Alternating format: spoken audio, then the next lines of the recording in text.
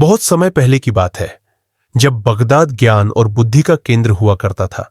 वहां एक लड़का रहता था जिसका नाम हसन था।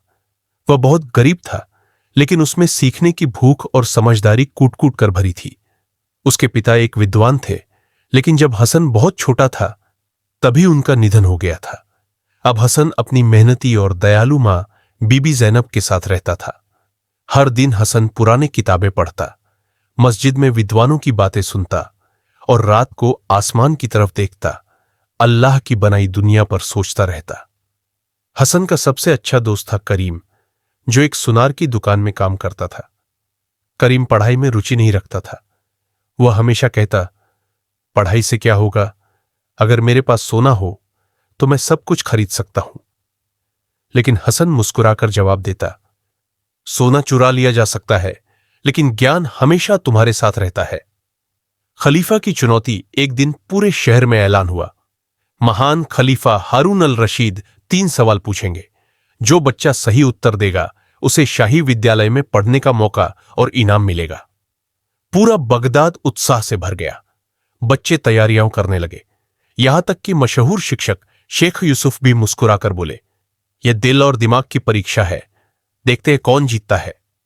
बड़े दिन की सुबह शाही दरबार में खलीफा ने बच्चों से 3 सवाल पूछे। 1. वह कौन सा खजाना है जो जितना बांटे उतना बढ़ता है। 2. इंसान का सबसे बड़ा दुश्मन कौन है। 3. वह सबसे ताकतवर हथियार कौन सा है जिसे देखा नहीं जा सकता। कई बच्चों ने जवाब दिए, सोना, चोर, तलवार की आवाज। लेकिन खलीफा ने मुस्कुराकर सिर हिलाया और कहा, नहीं। फिर हसन की बारी आई। वह आत्मविश्वास से आगे बढ़ा और बोला, जो खजाना बांटने से बढ़ता है वह है ज्ञान। इंसान का सबसे बड़ा दुश्मन है अज्ञानता और सबसे ताकतवर अदृश्य हथियार है दुआ, जो दिलों को बदल सकती है और मुसीबतों को रोक सकती है। दरबार में सन्नाटा छा गया। खलीफा के चेहरे पर प्रसन्नता थी। वे खड़े हुए और बोले, यह बच्चा सबसे बुद्धिमान उत्तर लाया है। अब से यह शाही विद्यालय में पढ़ेगा।